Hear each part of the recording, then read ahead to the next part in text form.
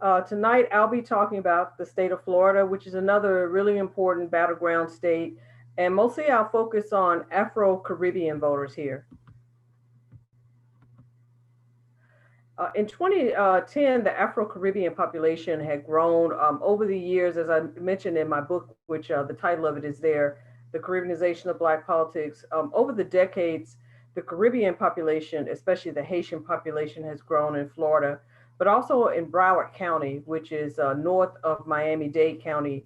Not only is there a large Haitian population, but there's a large Jamaican population as well, and other Afro-Caribbeans live there as well. Statewide, people of African descent. That includes people who are of Caribbean descent or just people who are just considered to be Black, are 16% of the state's population.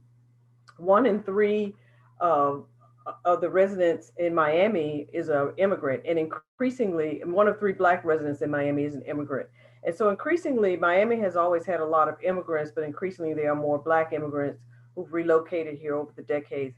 Broward County, which I've already mentioned, is about 30% Black, and out of that population is 12% West Indian.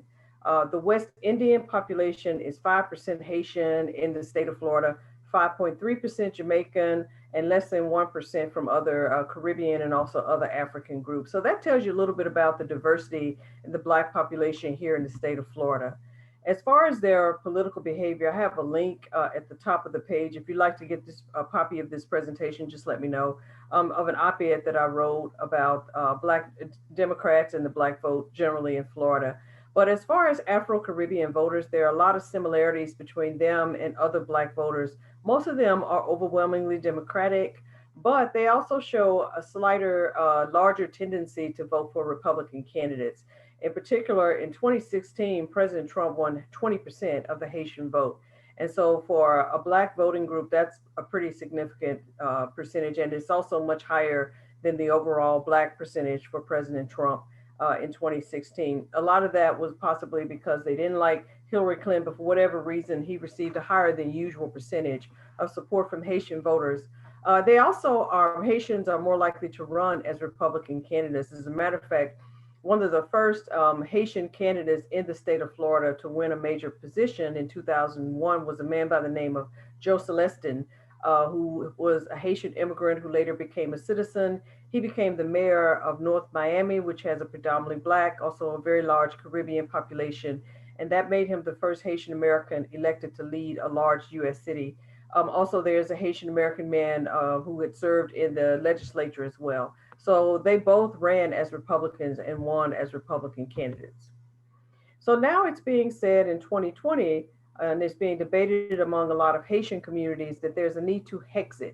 Like, for example, I'm sure you've heard of the term Blexit, Black exit, but Haitians need to exit the Democratic Party, is what that term means. And the reason, despite the things that President Trump has said and the things that President Trump has done, the positions he's taken, especially when it comes to immigration, a lot of them look at economic issues and they believe that President Trump is the better president to lead us back to economic recovery.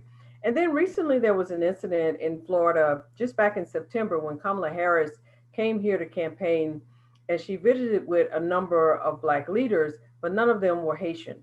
And that was something that offended people in the Haitian community. As a result, there's a group called, that was already in existence, but a group called Haitians for Donald Trump that's been working with a nationwide group called Blacks for Trump. And they have been working to try to get more Haitian voters and more Black voters in particular in support of the Trump campaign. And then last week, there was another activity that was geared toward Haitian voters on behalf of the Trump campaign. It was a virtual Haitians for Trump, Make America Great Again meetup.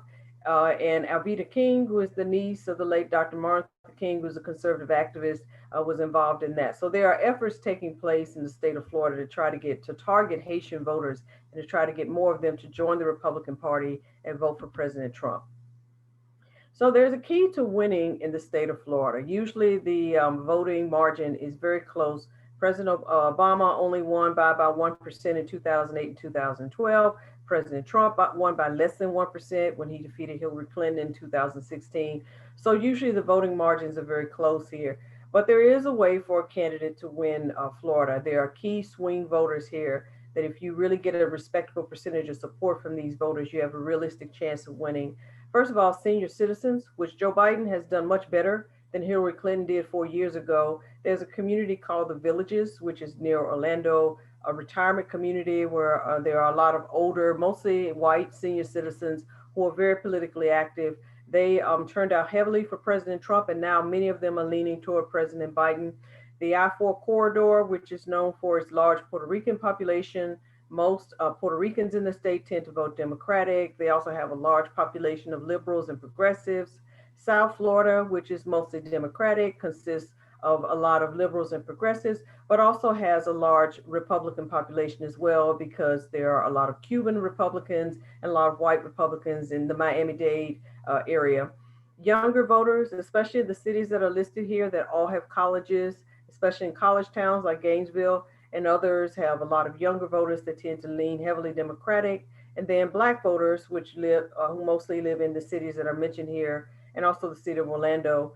There are also some predominantly black municipalities in and around Miami-Dade, also some small predominantly black towns in sort of north central Florida. Black voters, there's a lot of diversity, as I've mentioned. And then Latino and Asian voters, there's a lot of diversity within these two voting groups as well. And then there are female voters. White females and black females vote totally differently. The overwhelming majority of black women voted for Hillary Clinton. The majority of white women in Florida voted for Donald Trump. So there's a division, I guess, among women along racial, along class, and other types of lines. So in 2016, as I mentioned, President Trump won by a very narrow margin. It wasn't completely unexpected because the polls were showing that they were pretty much neck and neck and that either person could win. But people want, I guess, realistically expected Hillary Clinton to win, but she didn't in 2016. And one reason for that was not so much because Haitian voters voted against her, but because most of them voted for her, but because their turnout was so low.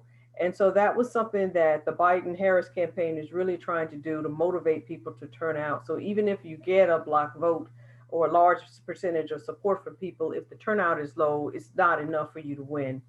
And then also some Haitian voters just didn't like Hillary Clinton. They opposed her. They opposed Bill Clinton because of their response to the 2010 earthquake. There was a belief that the Bush Clinton fund was getting money that didn't actually go to help people in Haiti after the earthquake. Maybe that had something to do with her not having benefited from a higher turnout. And so lastly, so that leads to the question of what's going on now in Florida. Early voting just recently ended. 14 million votes have been cast during the early voting season already. That's a record number, much higher than the numbers 4 years ago. And there already is, I guess, a sign of who is voting for which candidate. More Republicans have voted with in-person early ballots. So more Republicans have actually gone to the polls during the early voting season and voted, but more Democrats have voted by mail, meaning that they've mailed their votes in. And so, as far as that margin, there are 463,000 more Democrats who have voted by mail. So there's sort of a division according to the Division of Elections. And so, according to the question of who is winning, we really don't know. Again, this year it could go either way. The polls are showing that it's a dead heat. Some days President Biden is ahead. I guess he's led, I guess, in more polls in recent days than Donald Trump. But some polls are also showing that Donald Trump is ahead.